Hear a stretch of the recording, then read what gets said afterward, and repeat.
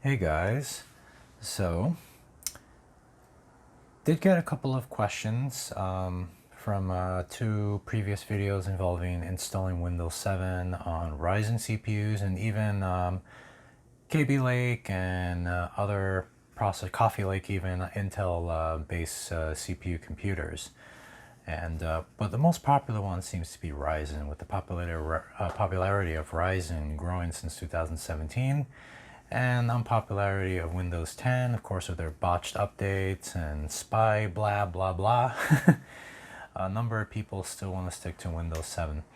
Now, personally speaking, I actually do still love Windows 7, but unfortunately that date early this coming year is getting closer and closer for the end of support. Now, I've actually been using one particular version of Windows 10, which I'll definitely mention in another video. But most of my computers, except one, are now running Windows 10. One of my main PCs is still running Windows 7. And I'll probably just keep it for another few weeks until that day arrives, and even maybe keep it just a little bit after. So, in order to go ahead and answer a couple of questions some people have asked about installing Windows 7, I thought I'd go ahead and do the demonstration in this video. And probably the last time I will install Windows 7 on a computer.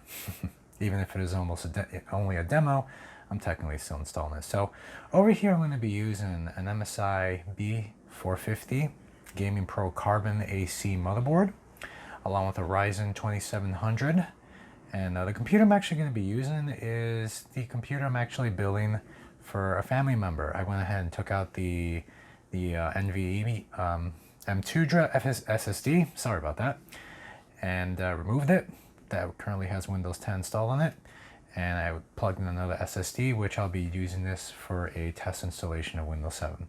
So obviously one of the first things you definitely should be doing for this installation is making sure the boot is set to Legacy. It may also mention UEFI, but just make sure that Legacy is an option, and obviously do set up the boot devices to be hard disk, your installation, in this case the Intel SSD, and of course the Corsair USB thumb drive stick that I'm going to be using for the Windows 7 installation. Now, this thumb drive was a Windows 7 installation, but with some USB 3 drivers along with other drivers injected using the Gigabyte tool. I'll definitely put a description below and a link as well too.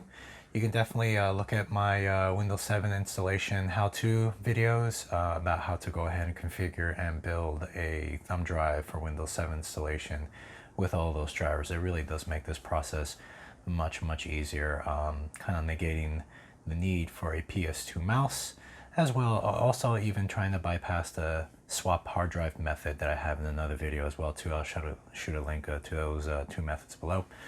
And makes things a lot easier, pretty more straightforward, and you actually do have USB keyboard and mouse once the installation is done. So as in other videos, I actually have my little USB keyboard with trackpad, wireless, the little receiver already plugged in. I still recommend, if you have USB 2 ports available on the rear of the motherboard, or other ports on the front or elsewhere, that you plug in your USB keyboard or mouse into those USB 2 keyboards, USB 2 ports, as well as your Windows 7 thumb drive installation drive. Be a good idea to put into USB 2. The reason I say that is because if you do have it into USB 3, there is an occasional glitch that once you hit installation, it will not recognize your hard drive whatsoever, even if you try to install drivers for it during the installation. And that's a funny glitch I actually mentioned in another video of mine as well too. So if you actually do run into any particular of those issues, I highly recommend you just try using another USB port. Even if your Windows 7 installation seems to be going well and fails at one point and giving you an issue, an error saying that files cannot be copied, again, try to use another USB port. Sometimes that can also be related to a bad drive that you're trying to install Windows 7 on. I actually have seen that in the workplace, installing Windows 7 builds onto SSD based computers. So believe it or not, just keep that in mind as well too. Assuming everything else is going great for you and everything else is good, let's go ahead and basically just save here. Well, actually I'm just gonna go ahead and save and reboot, and we'll go ahead and get started.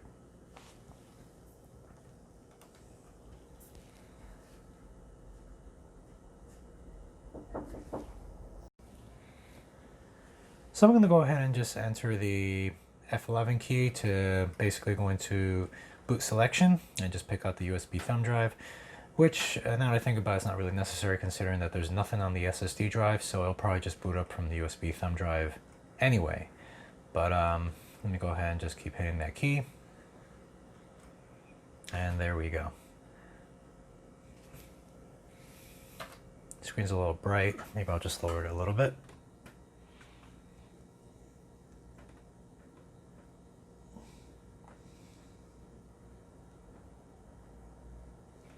There we go. Hopefully you can see this stuff a little better. So now I'm going to pick the USB thumb drive and off we go. Now again, the biggest complaint about installing Windows 7 on Ryzen based CPUs is obviously as soon as you get to this next screen coming up, there's absolutely no keyboard or mouse, assuming you're using a USB keyboard and mouse. In another video of mine, I did mention how to get through this by using a PS2 mouse, which doesn't really need drivers, and you can actually navigate, or even a PS2 keyboard, some combination of the two, or even both if you're lucky. And this will actually make this whole thing work out pretty well. Here, obviously, I'm using the modified Windows 7 installation that I made using the Gigabyte tool that I have a link below again. And obviously, you can see this is working just fine. So we'll just go ahead and continue. Hit next. Install my bootleg Windows 7 just for fun.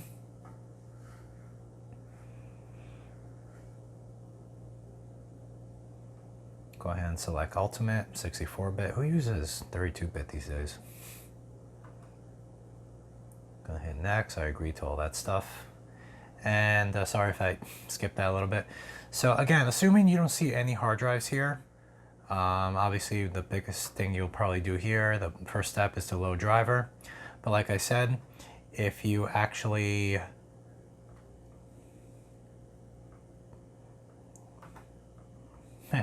let's start over again.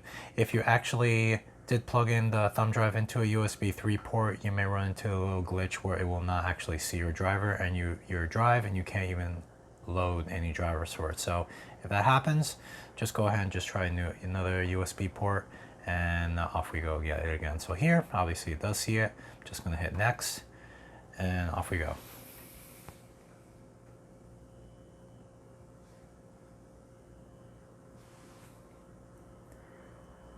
A little bit of nostalgia moment, not really, but if I ever do watch this particular video that I uploaded some years from now, there'll be a little bit of nostalgia. How many times I've actually seen Windows 7 installed? I mean, how many times? Let me know in the comments how many times you've actually installed Windows 7 yourself in complete total. Not just on a personal level, or helping a friend, helping a family, helping a stranger, neighbor, etc. In the workplace, all total. How many times have you actually done Windows 7 installation, even if it was mostly unattended like they usually do in the workplace? You know, I actually remember assisting and training people doing migrations in the workplace from Windows XP to Windows 7 many years ago, and basically having one person and demonstrating to them how to actually have 8 machines with their Windows 7 installations over network, mind you, not even the USB thumb drive or DVD, going and using a hotkey switch to actually have a keyboard and mouse connected to all 8 PCs and getting that whole thing going. So you can imagine, if you do the math over the last few years, how many times I've installed Windows 7 myself. Not even on a personal level, it's completely unnumbered by the times I've done it in the workplace, in the work field. So really curious how many times. Give me a number, shoot me a number, guys. Let me know how many times you've installed Windows 7. And you know, let me know occasionally, very early on, what was the occasional glitch here and there that you ran into that drove you nuts, and then years later it's like, haha. That's not really a big deal. You just laugh all the stuff that used to bug you back then. But you know what? We live and learn. It's a whole process, it's a learning process. And trust me, I've definitely gone through it myself.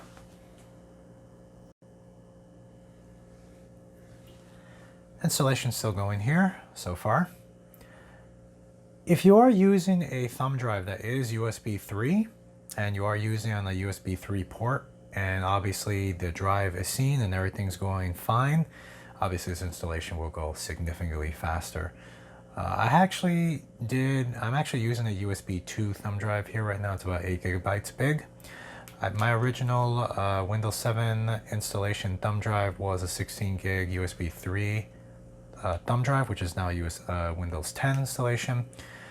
And I'll be honest, sometimes I did actually see success installing Windows 7 on USB 3, including with a Ryzen processor. Now, that didn't really go too well using 3rd generation Ryzen. I had to do another method, and if you watch that video too, I'll definitely put a link below. So I didn't actually use a USB thumb drive for 3rd generation Ryzen, but you can. I just found using the method I did, it worked. I had my PS2 mouse, and definitely a little bit more of a challenge getting those drivers to work, being that they're not technically official. And I did promise a follow-up to that, so I haven't forgotten about it, because I know a lot of people were pretty interested in that video. And there's a bunch of other questions. Obviously, I know a lot of people are thinking, why Windows 7? Well, again, I just like to say it's a matter of preference, and I know the support is ending, but no one can say it's right or wrong, even though I know a lot of Microsoft is like, get off that OS already. But again, look at me. Most of my systems are Windows 10, but I still have one system that's just Windows 7. So, you know, you really just can't hold it against me. I'm just holding out till the last day or minute. And even then, I'll probably just hang on to it for a few more weeks and then toss Windows 10 onto it anyway. So I definitely will discuss what version of Windows 10 I use in another video. Definitely want to get some feedback on that. So here we are. I did see at one point where it did get stuck at that installing updates, and if it has, I'm gonna go ahead and just hit restart here for now. If you actually did get stuck there, you might want to consider running some error checks and whatnot on the hard drive that you're trying to install it on. It turned out to be a bad SSD in my case. So yeah, I mean, unexpected, but actually that SSD is not technically bad. Its life is almost over. So the utility says. Here we are again, going for the second reboot before the installation continues.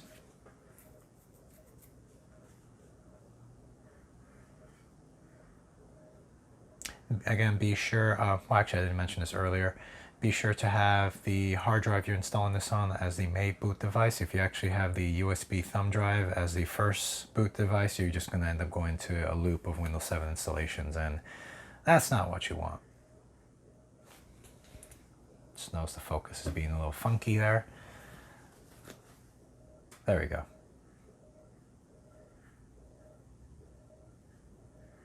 So again, mouse and keyboard seems like it's still working.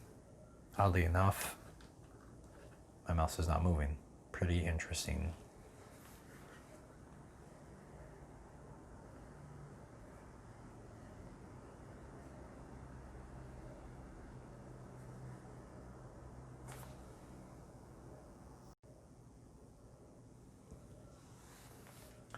Installation's almost done, and you can see a couple of little flashing, which is always a good sign.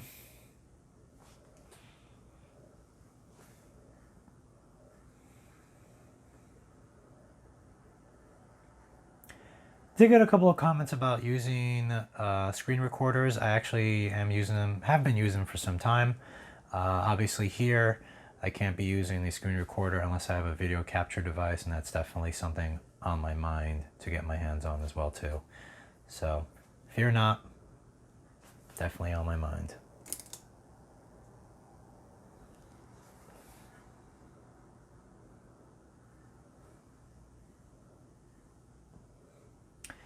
Looks like everything is working a-okay. This will be the last reboot. If you were doing the hard drive swap technique that I mentioned in another video, basically getting the installation going on a one computer that's not a unsupported Windows 7 processor, and then swapping it back into the system that was intended for, this would be the time to go ahead and shut the computer down and move that SSD or hard drive over to the machine you want Windows 7 on. That's giving you a couple prompts. Now, here we go. One little thing I didn't mention, the Windows 7 installation thumb drive I'm using, I did already copy chipset drivers and LAN drivers onto that thumb drive, just so I don't have to rip the hard drive out and basically just copy stuff over. But then again, I won't have to because I'm assuming USB ports will be working, so you can actually just bring things over on the thumb drive. So I just went ahead a step ahead. I already put those drivers on the thumb drive itself, so all I gotta do basically is just go ahead and copy. You can go ahead and see we are up and running. Sorry, I just want to focus on that.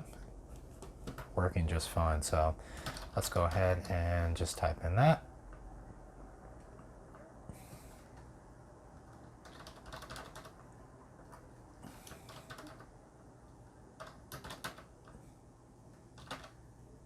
I'm so picky about the lettering even. No, I don't want updates, but it's not like you'll let me update anyway until we install that little patch that allows Windows 7 updates to go through on unsupported processors. And here we are, almost to the desktop. May or may not reboot just one more time. Looks like it will.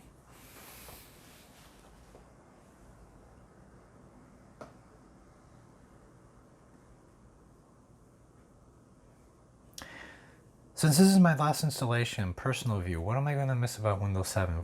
Well, just a little bit of more control that you have, which again is what pushed me to use this particular version of Windows 10 that I am using on computers now. I just really like having more control over my own computer, basically, and my OS. I know what I'm doing. I understand there are some people who don't, and I'm not really too interested in knowing everything about the OS. Fine, I understand that. In this case, I actually do know what I'm doing. I don't want my computer updating on its own while I'm rendering a video and rebooting on its own while I'm playing the game. And if you guys go on YouTube, I'm sure you can find people ripping their hair out because they're streaming the video game and poof, the sucker reboots. And I gotta tell you, that just sucks in every particular respect. So here we are. Obviously no video driver, so everything looks kind of goofy. Just gonna go ahead and just put it on the maximum res as I can right now. Video driver is not really my concern at the moment. Right now it's just really getting chipset drivers and whatnot. Wow, very soon I'm gonna start forgetting some stuff about Windows 7. So we can see here, a bunch of drivers missing. Bluetooth driver is all black. So let's go ahead and get started.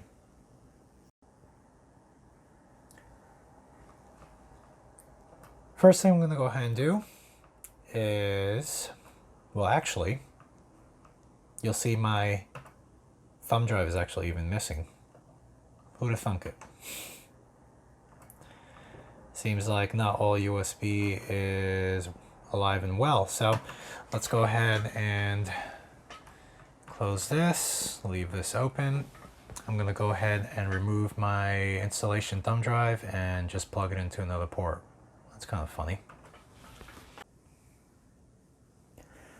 Alright, so go ahead and plug in the thumb drive into another USB port, a USB 3 port. And you'll see it just pops up here. Actually, I think it was even the USB 3.1 port. Just keep in mind, if you actually do experience this issue and basically moving the thumb drive into another port kind of gives you this goofy effect where nothing appears here, but the computer is seeing it under here, just go ahead and possibly just give the computer a reboot. I have occasionally run into that installing, using the thumb drive on Windows Ryzen base CPUs, installing Windows 7. So here we are.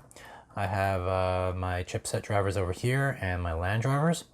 Why LAN drivers? Well, basically, once you get the network up and running, the internet installed, you can just basically pop open IE. Ugh, I know, cringe.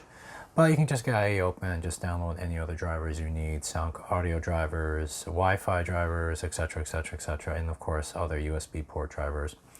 So let's go ahead. These chipset drivers I actually download directly from MSI. There are chipset drivers available from AMD, but I don't currently recommend using them when you're in this position in Windows 7. You'll probably get an error just off the bat. So let's go ahead and use this one. Go ahead and extract it. Now MSI does include a couple of little hot fixes for AMD processors, I believe, in one case Ryzen even, that usually need to be installed for AM4 chipset, you can see here. I've actually noticed that when I actually run these, again, error saying that's not for the system, or it says it's already installed, which is kind of goofy. So sometimes I just go ahead and just skip here and just install this. So let's go ahead and give that a shot. If you do find any of these, start running into a couple glitches here, installing anything, may not hurt just to install the SP1 patch if your Windows 7 installation is not already SP1. So I'm just going to take a quick look at custom install, and you'll see everything here that's actually going to be installed: USB 3 drivers, SATA controllers, etc., etc. So let's just go ahead and take care of all that. Once you're done with this, obviously I do recommend installing those hotfixes. And of course, we're going to go ahead and install the LAN driver. And after that, basically it's a cakewalk. You just need a couple more things, running Windows Update, and go ahead and install everything you need. And now you got a fully functioning Ryzen based Windows 7 system.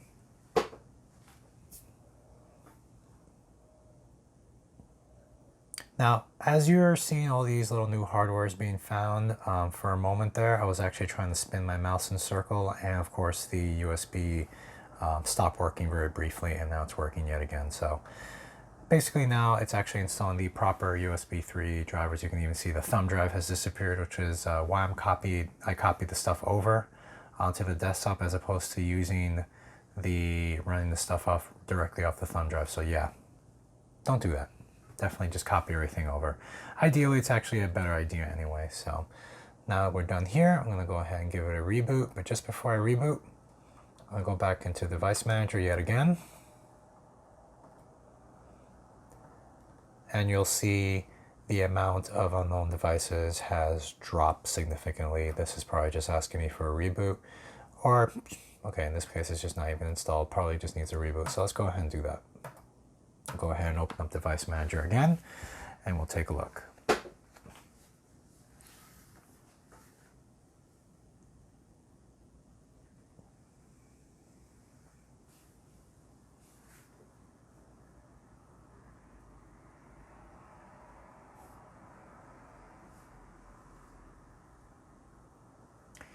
How many of you think that Microsoft will extend Windows 7 support? I don't believe that's going to happen. What I do kind of hope, because I know some people are still clinging on to Windows 7, is that I do know that if corporate users, I can definitely tell you this year a lot of companies have been a little late hopping onto the Windows 10 migration bandwagon. And a lot of people are still sticking to companies are still sticking to Windows 7. Now, technically speaking, companies can, but if they want to continue receiving support, it's going to be pretty pricey, and almost like a subscription-based service from Microsoft. And I know that's only going to get more expensive as time goes by. So sometimes I kind of hope that somehow people can, just the everyday user can actually get their hands on those updates as they're released out to corporate users. So I'm not sure if that's going to happen. How? I'm sure someone will figure it out. Asking me again for another reboot, so I'm just going to restart here again.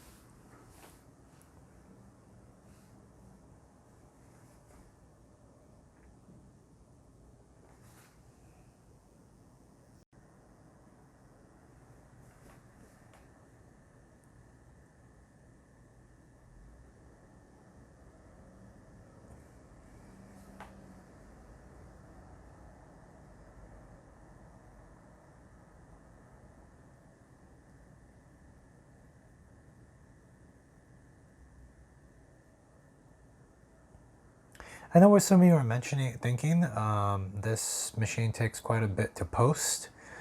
I do know there is a BIOS update for it that does improve that. I just have not installed it yet, but I definitely will. And there we go again. At this point, I'm going to go ahead and unzip the LAN drivers. I actually don't have a LAN connection currently on this computer, but you get the idea. This particular motherboard does have Wi-Fi, which is why there's 2 network controllers here. So if you were using on Wi-Fi, we'll go ahead and download those Wi-Fi drivers and just plug them into a USB drive before actually installing Windows 7. Or you can always just get your hands on it now. So with this already up and running, you are ready to go ahead and start downloading some updates. Actually, you can, well, again, I don't have it hooked up to the internet. But again, here we are. Just to show you all the cores. And you can see here, 8-core 16-thread Ryzen 2700 CPU. Now, I know you see this particular little thing here looking a little goofy. Once you get a couple of updates installed, and if you'd like, you can even try to download direct, really up-to-date chipset drivers from AMD. I'm sure this particular thing will go away. I actually do have a couple of, well, I had, now that they're Windows 10, 1 or 2 2700 Ryzen 2700 based CPUs on Windows 7, including one I did a review on last year, and everything was pretty much working just fine. Games were running just fine. Everything was pretty much running solid. BIOS updates as they came along, it definitely did improve performance quite a bit. When I first installed Windows 7 on the Ryzen 1700 CPU, MSI X370 Gaming Pro Carbon motherboard, I gotta tell you, that sucker took over 40 seconds just to even boot up. And putting it to sleep would give me a BSOD. So once I did a BIOS update, believe it or not, poof, all those problems were gone. So long live Windows 7 on Ryzen CPU since that day. So here we are. We're all ready to go. Now it's just a matter of just plugging in the internet, installing updates, and getting all your favorite applications and games and video card drivers, audio drivers, etc., installed. Well, guys, I really hope you enjoyed this. Definitely, I know I asked a few questions, reaching out to you guys. Go ahead and give me your thoughts and whatnot. How you feel about Windows 7 support coming to an end. I know, I'm pretty sure if you're already using Windows 10, you really don't care. But you have to admit, Windows 7 was a really awesome operating system, and it's going to be missed, definitely. I will definitely shoot up a video about the Windows 10 version that I use. A couple of some other videos I got in mind, some builds. And yeah, definitely look forward to it. So as always, shoot a like, subscribe. Let me know if you really enjoyed this video. If you did, go ahead and show some love. Anyway, thanks again for watching. I really hope you guys found this useful. And my very last Windows 7 installation on the computer. Take care.